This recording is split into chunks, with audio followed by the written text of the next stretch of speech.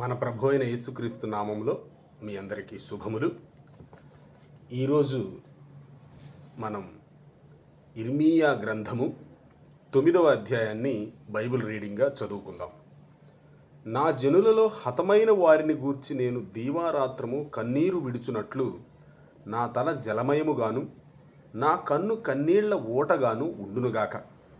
నా జనులందరూ వ్యభిచారులను ద్రోహుల సమూహమునై ఉన్నారు.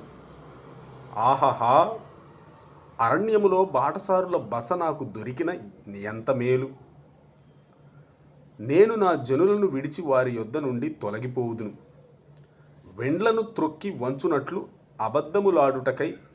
అబద్ధములాడుటకై వారు తమ నాలుకను వంచుదురు. దేశములో తమకున్న బలమును నమ్మకముగా ఉపయోగపరచరు. నన్ను ఎరుగక కీడు వెంట కీడు చేయుచు ప్రవర్తించుచున్నారు. ఇదే యెహోవా వాక్కు. మీలో ప్రతి వాడును తన పొరుగువాని విషయమై జాగ్రత్తగా నుండవలెను. ఏ సహోదరునినైనను నమ్మకుడి. నిజముగా ప్రతి సహోదరుడును తంత్రగొట్టై తన సహోదరుని కొంపముంచును. ప్రతి పొరుగువాడును కొండెములు చెప్పుటకై తిరుగులాడుచున్నాడు. సత్యము పలుకక ప్రతి వాడును తన పొరుగువానిని వంచించును. అబద్ధములాడుట తమ నాలుకలకు అభ్యాసము చేసి ఉన్నారు.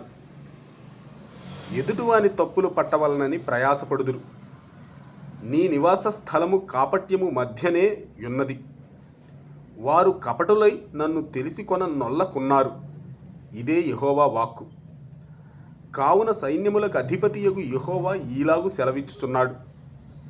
ఆలకింపుము. వారిని చొక్కము చేయునట్లుగా నేను వారిని కరగించుచున్నాను. నా జనులను బట్టి నేను మరేమి చేయుదును? వారి నాలుక ఘాతుక బాణము, అది కాపట్యము పలుకుచున్నది.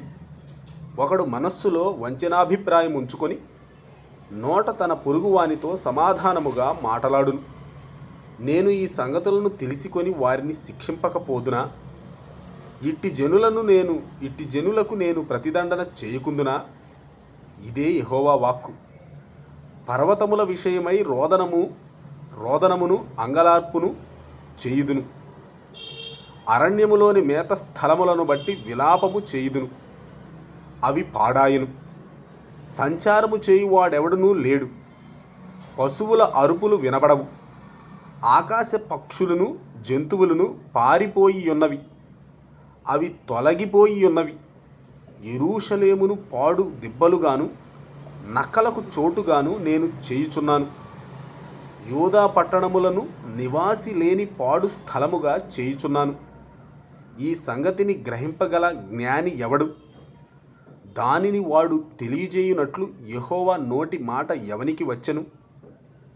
ఎవడునూ సంచరింపకుండా ఆ దేశము ఎడారి వలె ఏల కాలిపోయి పాడాయను.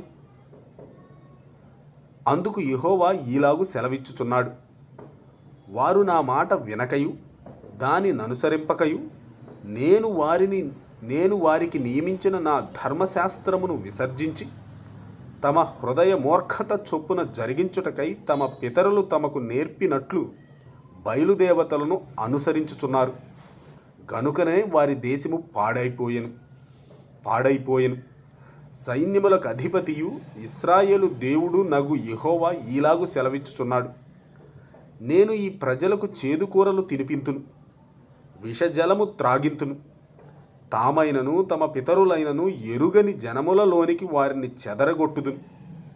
వారిని నిర్మూలము చేయు వరకు వారి వెంబడి ఖడ్గమును పంపుదును. సైన్యములకు అధిపతియగు యెహోవా ఈలాగు సెలవిచ్చుచున్నాడు. ఆలోచింపుడి. రోదనము చేయు స్త్రీలను కనుగొనుడి. వారిని పిలువనంపుడి. తెలివిగల స్త్రీలను కనుగొనుడి. వారిని పిలువనంపుడి. మన కన్నులు కన్నీళ్లు విడుచునట్లుగాను మన కనురెప్పల నుండి నీళ్లు ఒలుకునట్లుగాను వారు త్వరపడి మనకు రోదన ధ్వని చేయవలెను. మనము వలసబోతిమే, సిగ్గునొందితిమే. వారు మన నివాసములను పడగొట్టగా మనము దేశము విడువవలసి వచ్చనే అని సీయోనులో రోదన ధ్వని వినబడుచున్నది. స్త్రీలారా, యెహోవా మాట వినుడి. మీరు చెవియొగ్గి ఆయన నోటి మాట ఆలకించుడి. మీ కుమార్తెలకు రోదనము చేయ నేర్పుడి. ఒకరికొకరు అంగలార్పు విద్య నేర్పుడి.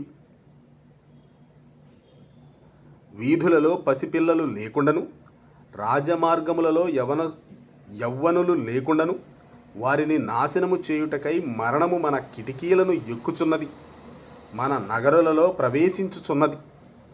యెహోవా వాక్కు ఇదే. నీవీ మాట చెప్పుము.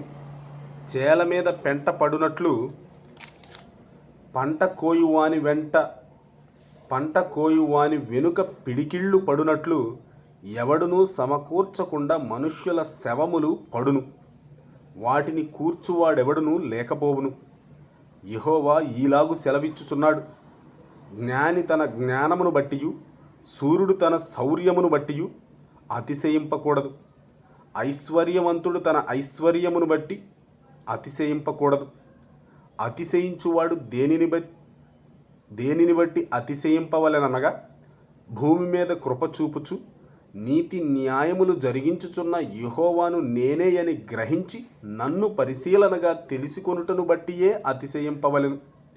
అట్టి వాటిలో నేను ఆనందించువాడనని యెహోవా సెలవిచ్చుచున్నాడు. అన్యజనులందరూ సున్నతి పొందని గనుక ఇశ్రాయేలీయులందరూ హృదయ సంబంధమైన సున్నతి నొందినవారు కారు గనుక రాబోవు దినములలో సున్నతి పొందియు సున్నతి లేని వారి వలె నుండు ఐగుప్తీయులను, యూదావారిని, ఎదోమీయులను, అమ్మోనీయులను, మోయాబీయులను, గడ్డపు ప్రక్కలను కత్తిరించుకొను అరణ్య నివాసులైన వారినందరినీ నేను శిక్షించెదను. ఇదే యెహోవా వాక్కు. వందనాలు.